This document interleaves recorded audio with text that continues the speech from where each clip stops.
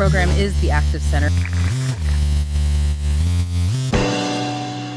Today we're unpacking a really passionate essay by Gen X educator David Seppi.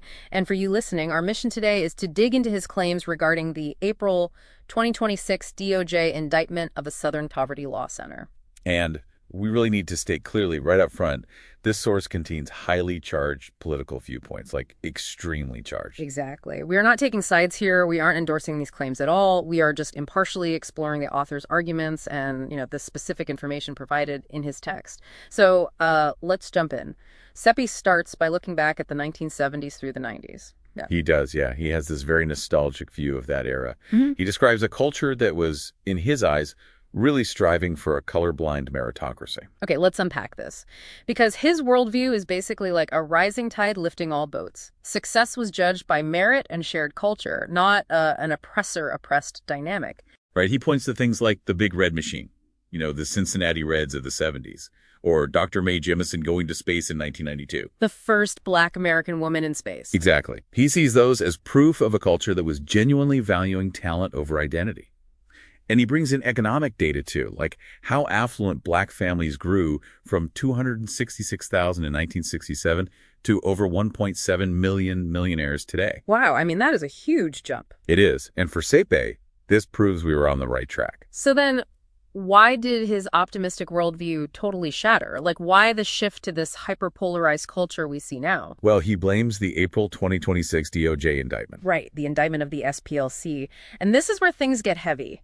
Acting AG Todd Blanche and FBI Director Kash Patel announced 11 counts of fraud and money laundering. What's fascinating here is Seppi's financial argument.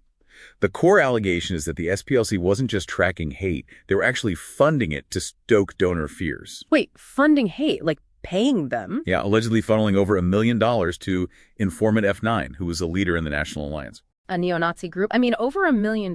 Right. And Seppi argues they needed this spectacle of hate to basically inflate their own endowment, which ballooned to $730 million. So they allegedly manufacture the panic, donors get scared, and the donations pour in. That is a massive feedback loop. Exactly. But how did this actually manifest in the real world? Because they're talking about real events, right? Yes, specifically the 2017 Charlottesville rally. The indictment talks about informant F-37. Okay, and what did F-37 allegedly do? Well, they received over $270,000 from the SPLC via these weird shell companies. One was called Fox Photography. Fox Photography? That sounds so innocent. I know, right? But that money was supposedly used to help coordinate the rally. Seppi calls this social arson for profit. Social arson. That's a strong phrase. But let me push back a bit here. Does Seppi's anger at this alleged fraud risk ignoring actual organic racism? Racism obviously still exists. Oh, absolutely. And Seppi doesn't deny that organic racism exists. Okay, good. So what's his specific issue then? His fury is really about betrayal. He spent his career as an educator trying to put out these fires of prejudice.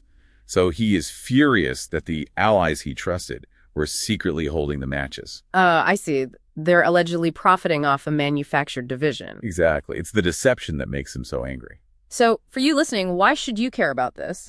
It really challenges us to consider how financial motives can manipulate our perception of national unity. Right. It forces you to look at the headlines differently. It really does. So we'll leave you with this final thought.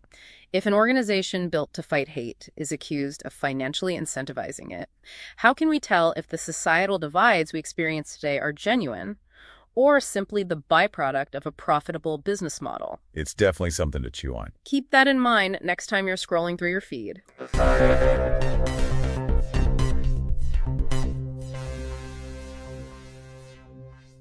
Hello, and thanks for listening.